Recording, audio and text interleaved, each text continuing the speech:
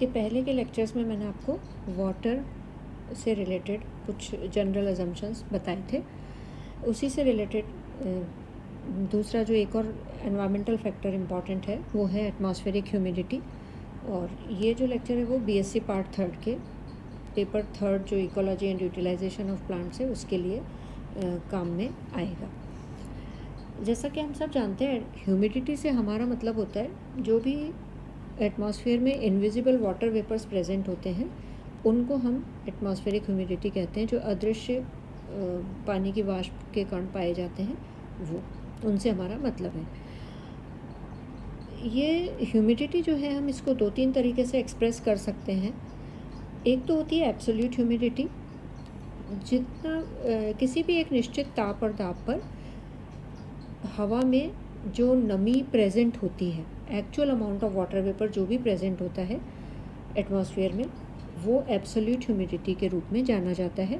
अगर हम उसको वॉल्यूम के एब्सोल्यूट ह्यूमिडिटी जो होती है वो वॉल्यूम के लेवल पे देखी जाती है और इसको हम ग्राम्स पर मीटर क्यूबिक मीटर में एक्सप्रेस करते हैं। टेम्परेचर बढ़ने पे एयर की जो कैपेसिटी होती है वेपर्स को रोके रखने की वो भी बढ़ जाती है। तो एब्सोल्यूट ह्यूमिडिटी में चेंजेस आते रहते हैं। वाटर वेपर का कंटेंट जो है वो पर यूनिट वॉल्यूम एयर में बदलता रहता है। दूसरा जो ह्यूमिडिटी है वो स्पेसिफिक ह्यूमिडिटी कहलाती है। स्पेसिफिक ह्यूमिडिटी का मतलब होता है जब हम वाटर वेपर्स को वेट के रूप में एक्सप्रेस करें। When the amount of water vapour is expressed in weight then it is called specific humidity, जिसकी यूनिट हो जाती है ग्राम्स पर किलोग्राम ऑफ एयर। एक किलो एयर में कितने ग्राम वाटर वेपर्स प्रेजेंट है। तीसरा जो इम्पॉर्टेंट क्राइटेरिया है ह्यूमिडिटी को एक्सप्रेस करने का वो है रिलेटिव ह्यूमिडिटी, जिसमें हम ज़्यादातर किसी भी जगह की ह्यूमिडिटी को एक्सप्रेस करते हैं। ये होती है कि जब एयर में जो भी वाटर वेपर्स प्रेजेंट हैं और एयर की जो कैपेसिटी है मैक्सिमम वाटर वेपर होल्ड करने की, उसका जो रेशो है that is known as relative humidity. Means relative humidity is the ratio of air's actual water vapour content to its water vapour capacity, holding capacity at a given temperature. Air की, जैसा अपन ने ऊपर देखा absolute humidity में, air की जो capacity है वो टेम्परेचर के बढ़ने पे वेपर्स को होल्ड करने की कैपेसिटी बढ़ जाती है। The unit volume of air can hold much amount of water vapours at higher temperature. तो जब ये कैपेसिटी तक वाटर वेपर्स उस एयर में आ जाते हैं तब वो सैचुरेटेड एटमॉस्फेयर कहलाता है। तो इसका जो रेशो है कि कितनी वाटर वेपर प्रेजेंट है और कितनी उसमें उसकी वाटर वेपर होल्ड करने की कैपेसिटी कितनी है एयर की किसी भी एक गिवन टेम्परेचर पे, that is known as relative humidity. और रिलेटिव ह्यूमिडिटी को हम हमेशा परसेंटेज में एक्सप्रेस करते हैं। जो एब्सोल्यूट ह्यूमिडिटी है उसको मेजर करने के लिए जो इंस्ट्रूमेंट होता है एटमॉस्फेरिक ह्यूमिडिटी को मेजर करने के लिए, that is known as hygrometer. और रिलेटिव ह्यूमिडिटी को मेजर करने के लिए जो इंस्ट्रूमेंट है उसका नाम है dry and wet bulb thermometer. ठीक है, दोनों इंस्ट्रूमेंट्स अलग अलग हैं और उससे दोनों अलग अलग प्रकार की ह्यूमिडिटी मेजर की जाती है। रिलेटिव ह्यूमिडिटी को समझने के लिए हम इस टेबल की हेल्प ले सकते हैं। जैसे फॉर एग्ज़ाम्पल एयर की जो अलग अलग टेम्परेचर्स पे वाटर वेपर को होल्ड करने की जो कैपेसिटी है वो आप यहाँ पे देख सकते हैं। 0 डिग्री सेंटीग्रेड पे अगर 3.5 है तो 10 डिग्री सेंटीग्रेड पे ये बढ़ के 7 हो जाती है, 20 डिग्री पे ये 14 हो जाती है। और इस तरीके से अगर हम टेम्परेचर नहीं बढ़ाते हैं 25 तो ये स्टैटिक रहती है कि ये इतने टेम्परेचर पे 20 किलो वाटर वेपर ही होल्ड करके रख सकेंगे, इसकी कैपेसिटी इतनी है। अब जो भी इसकी कैपेसिटी है उसमें सपोज़ वाटर वेपर का जो अमाउंट है 0 डिग्री सेंटीग्रेड पे एयर की जो कैपेसिटी है वो 3.5 है, लेकिन उसमें वाटर वेपर भी 3.5 है, मीन्स वो मैक्सिमम कैपेसिटी में है और सैचुरेशन लेवल पे है। ऐसी सैचुरेटेड एटमॉस्फेयर में रिलेटिव ह्यूमिडिटी को अगर हम कैलकुलेट करते हैं तो वो 100% आती है। और जैसे जैसे हम टेम्परेचर बढ़ाते हैं, 10 डिग्री सेंटीग्रेड हुआ तो रिलेटिव ह्यूमिडिटी, क्योंकि अमाउंट वाटर वेपर का उतना ही है 3.5 और कैपेसिटी उसकी बढ़ गई तो रिलेटिव ह्यूमिडिटी 50% हो जाती है। इस तरीके से हम रिलेटिव ह्यूमिडिटी की कैलकुलेशन करते हैं। एटमॉस्फेयर की ह्यूमिडिटी जो है वो प्लांट के जो ग्रोथ है, जो उसके फिजियोलॉजिकल प्रोसेस हैं, उसमें एक इम्पॉर्टेंट रोल प्ले करती है, प्लांट के डिस्ट्रीब्यूशन में हेल्प करती है। क्योंकि एटमॉस्फेरिक ह्यूमिडिटी बाकी के जो और क्लाइमेटिक फैक्टर्स हैं जैसे लाइट है, टेम्परेचर है, उनको भी प्रभावित करती है। तो एटमॉस्फेरिक ह्यूमिडिटी के बढ़ने से वातावरण में या धरती पे लाइट की जो इंटेंसिटी है वो कम हो जाती है, और जैसे जैसे लाइट की इंटेंसिटी कम होती है ह्यूमिडिटी के बढ़ने से टेम्परेचर में भी कमी आती है। तो प्लांट्स के जो फिजियोलॉजिकल प्रोसेसेस हैं वो डायरेक्टली यहाँ पे अफेक्ट हो जाते हैं ह्यूमिडिटी से। ह्यूमिडिटी के बढ़ने से फोटोसिंथेसिस, क्योंकि लाइट डिपेंडेंट है और ट्रांसपिरेशन लाइट डिपेंडेंट है, टेम्परेचर डिपेंडेंट है, तो ये इसमें हमें चेंजेस देखने को मिलते हैं। तो ये रेगुलेट करता है कई तरीके के एटमॉस्फेरिक प्रोसेसेस को। दूसरा, कई जगह पे ऐसे प्लांट्स पाए जाते हैं या कई प्लांट्स ऐसे होते हैं जो अपने जीवन को चलाने के लिए वातावरण की ह्यूमिडिटी पे डिपेंडेंट होते हैं, या वो डायरेक्टली मॉइस्चर को अपटेक कर लेते हैं। और मॉइस्चर को अपटेक करने से वो उनकी लाइफ चलती है। ऐसे प्लांट्स जो एटमॉस्फेरिक ह्यूमिडिटी को as a source of water use करते हैं, अंडरग्राउंड पार्ट से नहीं एब्जॉर्ब करते हैं वो पौधे, ऐसे प्लांट्स को हम एपीफाइट्स कैसे कहते हैं, जैसे ऑर्किड्स वगैरह। तो जिन जगहों पे, धरती के जिन जगहों पे ह्यूमिडिटी ज़्यादा है, रिलेटिव ह्यूमिडिटी ज़्यादा होती है, वहाँ पे एपीफाइट्स, ऑर्किड्स, लाइकेंस, मॉसेस ये ज़्यादा पाए जाते हैं। कुछ मॉसेस और लाइकेंस अपने सरफेस से ही एटमॉस्फेरिक ह्यूमिडिटी को एब्जॉर्ब कर लेते हैं, और एपीफाइट्स में कुछ स्पेशल फीचर्स होते हैं, स्पेशल टिश्यूज़ पाए जाते हैं जिनसे वो एटमॉस्फेरिक ह्यूमिडिटी को एब्जॉर्ब करते हैं। ये चीज़ हम दूसरे लेक्चर्स आएंगे हमारे, उसमें हम डिस्कस करेंगे एपीफाइट्स के बारे में। एक जो हार्मफुल इफ़ेक्ट हमें एटमॉस्फेरिक ह्यूमिडिटी का प्लांट्स पे नज़र आता है वो ये है कि कई जैसे फंगल इन्फेक्शन हो जाते हैं, बैक्टीरियल इन्फेक्शन हो जाते हैं। ये एटमॉस्फेरिक ह्यूमिडिटी ज़्यादा होने पे ये इन्फेक्शंस प्लांट्स में ज़्यादा होते हैं। मतलब नमी वाली, जब वातावरण में नमी ज़्यादा होती है तो प्लांट्स को कई तरीके की डिजीज़ेज़ हो जाती हैं या कई तरीके के इन्फेक्शंस हो जाते हैं। Plants are more susceptible to infections when the atmospheric humidity is high. So this is about atmospheric humidity and effect on the plant and plant growth. Now water से related एक important आपके course में जो phenomena है that is water cycle, या जिसको हम hydrological cycle भी कहते हैं।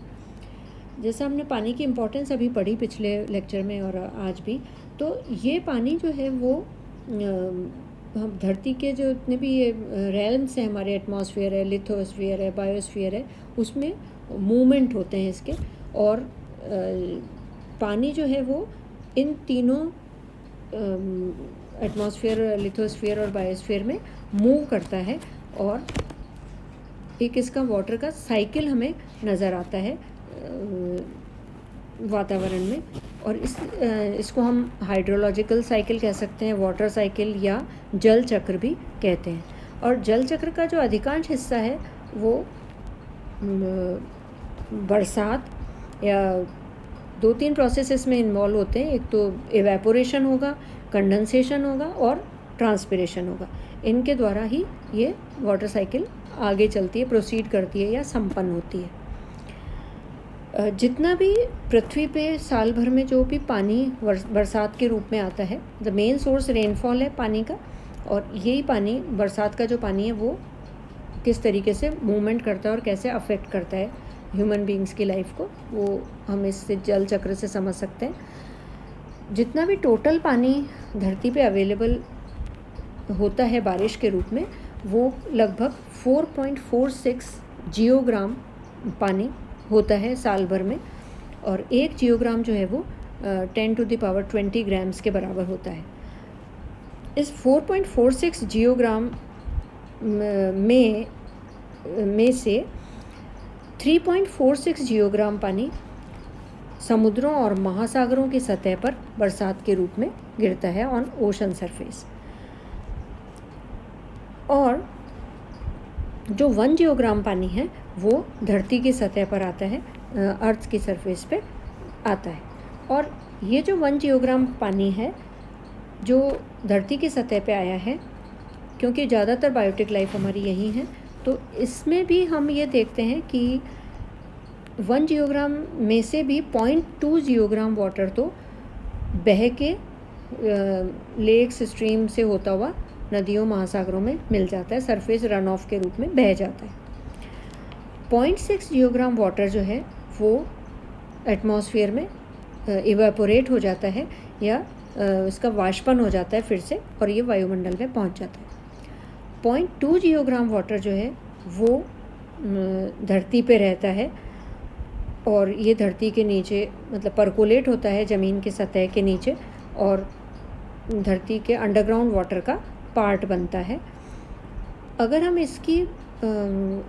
इसका अमाउंट पता करें, निकालें, तो ये पूरे अमाउंट में जो साल भर हमें मिलता है 4.46 जियोग्राम का, लगभग 0.00004% वाटर ही हमें प्राप्त होता है। और जितनी भी बायोटिक लाइफ है, क्योंकि प्लांट्स रेनफॉल के पानी को, बरसात के पानी को डायरेक्टली एब्जॉर्ब अपने एरियल पार्ट से नहीं कर पाते, तो जो अंडरग्राउंड पार्ट होता है, जो परकोलेटेड पार्ट है पानी का, उसी से वो प्लांट्स एब्जॉर्प्शन करके और उसको अपनी लाइफ को पूरी करते हैं, लाइफ साइकिल प्रोसेस उनमें कंप्लीट होते हैं। और जितनी भी बायोटिक लाइफ है, एनिमल्स हैं, ह्यूमन बीइंग्स हैं, वो सारे इसी पानी पे डिपेंडेंट होते हैं। इतना कम परसेंट पार्ट है जिसमें हम ये कह सकते हैं कि पूरी दुनिया या पूरी धरती टिकी हुई है। जो हमारी वाटर सरफेसेस हैं, जैसे ओशन हैं या लेक्स हैं, इनमें कुछ छोटी साइकिल्स चलती रहती हैं पानी की। जैसे ओशन से इवेपोरेशन के रूप में पानी वातावरण में गया और फिर से कंडेंस होके ओशन की सरफेस पे आ जाता है। तो 2-3 प्रोसेस जो हैं वो इन्वॉल्व होते हैं वाटर साइकिल में। एक तो number 1 is evaporation from the ocean surface, evaporation from the fresh water reservoirs on the land surface, land, and evaporation from the ground surface, evaporation from the plant body, animal body, जो भी surfaces हैं उससे पानी evaporate होके ऊपर atmosphere की layers में जाता है, और वहाँ पे ये क्लाउड्स का फॉर्मेशन होता है। कंडेंसेशन न्यूक्लियाई जैसा अपने को पता है, उसमें क्लाउड्स का फॉर्मेशन ऊपर होता है। फिर ये कंडेंसेशन के बाद में बरसात के रूप में संघनित होके ये पानी वापस नीचे की तरफ आता है, धरती की तरफ आता है। कुछ पार्ट यहाँ पे पानी जो है वो स्नो एक्यूमुलेशन, जो पहाड़ की चोटियाँ हैं वहाँ पे बर्फ़ के रूप में प्रेजेंट है, और ये जब ये बर्फ़ गिरती है, पिघलती है, तो ये पानी सरफेस या ओवरलैंड फ्लो होता हुआ और सरफेस रन ऑफ होता हुआ ये ओशन की में मिल जाता है। प्रेसिपिटेशन जो है वो माउंटेन सरफेसेस पे भी हो रहा है, प्रेसिपिटेशन ग्राउंड सरफेस पे भी हो रहा है, और प्रेसिपिटेशन ओशन की सरफेस में भी हो रहा है। तो ये जो बरसात का पानी है वो धरती की जो सरफेस है उस पर गिरता है, और सारी जो बायोटिक लाइफ है वो इसको यूज़ करते हैं, और कुछ पार्ट इसका परकोलेट होके वाटर टेबल का पार्ट बनता है। कुछ पार्ट सरफेस रन ऑफ के रूप में वापस निकल जाता है, और जो वाटर बॉडीज़ में पार्ट आया वो इवेपोरेट होके फिर से एटमॉस्फेयर में चला जाता है।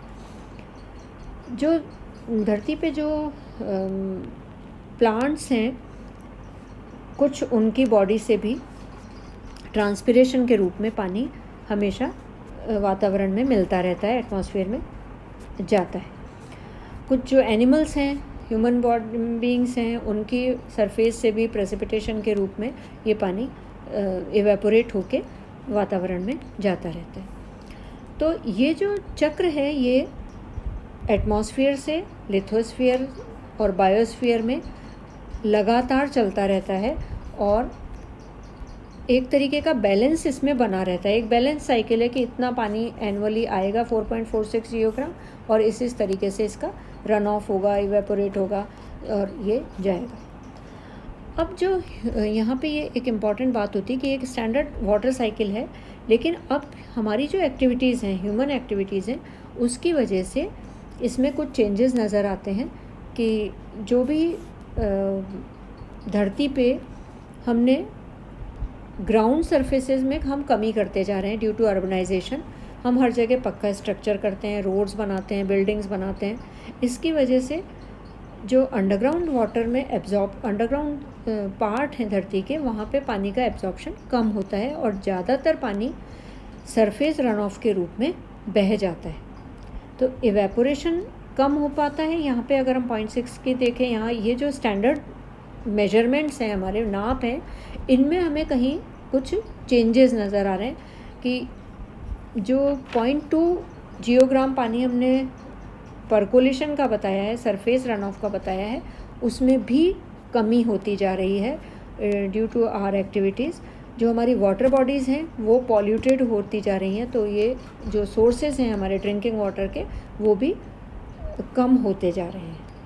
तो इस तरीके से अगर हमें हमारी एक्टिविटीज़ को थोड़ा कंट्रोल करना होगा, तो उसके कारण जब हम अगर कंट्रोल कर पाते हैं तो ये जो स्टैंडर्ड वाटर साइकिल है ये हमें नेचर में देखने को मिलेगी। Thank you very much.